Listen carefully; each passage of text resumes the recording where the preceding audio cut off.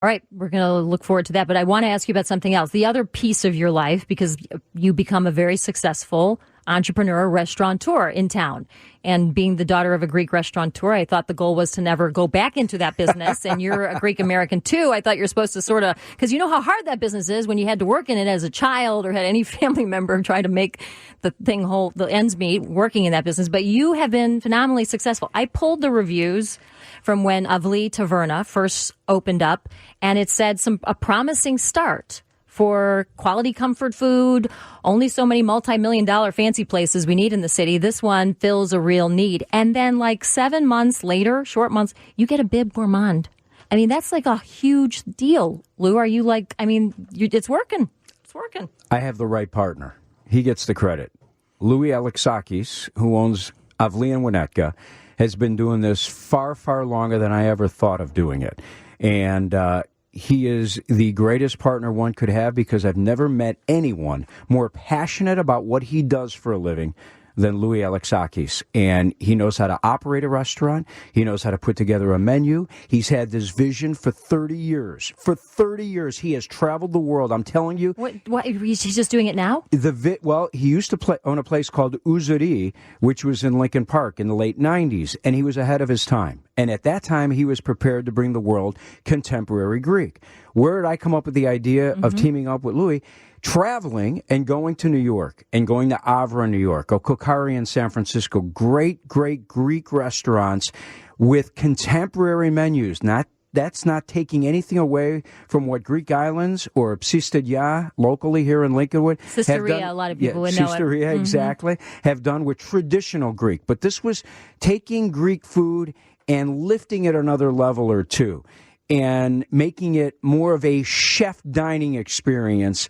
And everyone else was doing it around the country except for Chicago, which amazed me because I think the greatest restaurants in the world are in this town, thanks to groups like Let Us Entertain You and Boca. It's so competitive here, which is why it's daunting to any restaurateur to say, I'm going to get in. Exactly. So that's why I teamed up with the best, and he's been terrific, and he's executed with his staff and with his chefs, and it's worked in Lincoln Park. As you said, we won a Michelin Bib Gourmand at AVLI Taverna, and we recently, back on November 8th, I believe it was, to be exact, opened up in River North on the corner of Wells and Huron, and it's been just as good over there. I mean, I'm blessed that I hooked up with the right guy. So you're in the second location of Lee River North, and I know because I've talked to you and seen you at different events that you're going to the restaurant. Like Lou Canellis is at the restaurant, and then he runs over and does the sports, and then you run over to the restaurant. I mean, you are working pretty hard these days, Lou. When you put your name on something, Anna, and you know this, when you put your name on something, you want to do all you can to make sure that it goes well. And I've worked extra. I've worked ridiculous hours for the last 2 years. But listen, when you're winning, it's fun. Yeah. It really is. You feel like you're throwing a party every night. And I'm blessed to have the greatest teammate in the world, my wife, Monica, who's incredibly understanding because, as you know, we just had a baby 19 months ago. And she has been the ultimate partner, the ultimate mother, and has helped out as we try to launch this restaurant deal as well. God bless Monica. She, I saw her at an event recently. You were emceeing the event. It's for the Hippocratic Cancer Society, which is a locally founded group that helps fund cancer research. It's amazing what they've been able to do, too. And I know we've both been affiliated with that, trying to raise money. They raised $3.5 million last year. A group. Say that one more time. Because $3.5 million. In one night. In one night. And it started just a couple years ago, and the passion to bring people in Chicago together who felt as if more cancer research needed to be funded. And they founded this brilliant researcher, doctor at Northwestern, who is Dr. Platyanas. Who's funding this research? I mean, who's conducting this research? And you emceed it that night, and I felt, wow, it's just cool to see something local that's doing something this great. Can I just take 2 seconds to tell you a little about what they're doing over there with Dr. Platyanas? I know it's a personal connection. And his cancer research, yeah, it's a personal connection.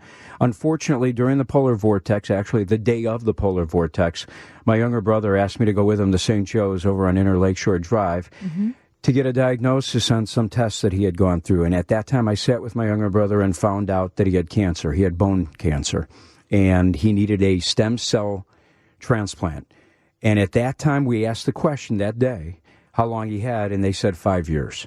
And at the age of 51, to be told you have 5 years left is you're staring at death in the face. Your brother. It's my own brother. So I called Dr. Platyanas, who I met through the Hippocratic, and I said, he once said to me, when you and I started to help Eleni Boussis, who started the Hippocratic Foundation, he said, I hope you never have to call me, but you always can. And at that point, you just sort of, I'm sure like most of us, just brushed it off and thought, what a great guy.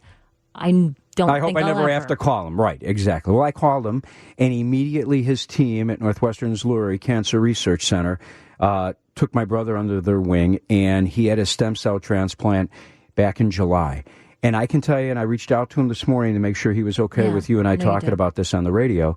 And he said, I want you to talk about it because I want everyone to know that if you carry the right attitude and you go through the proper treatments and you're open to everything, you'll get the great news that I've been getting. And that is his life expectancy is now at 12 years.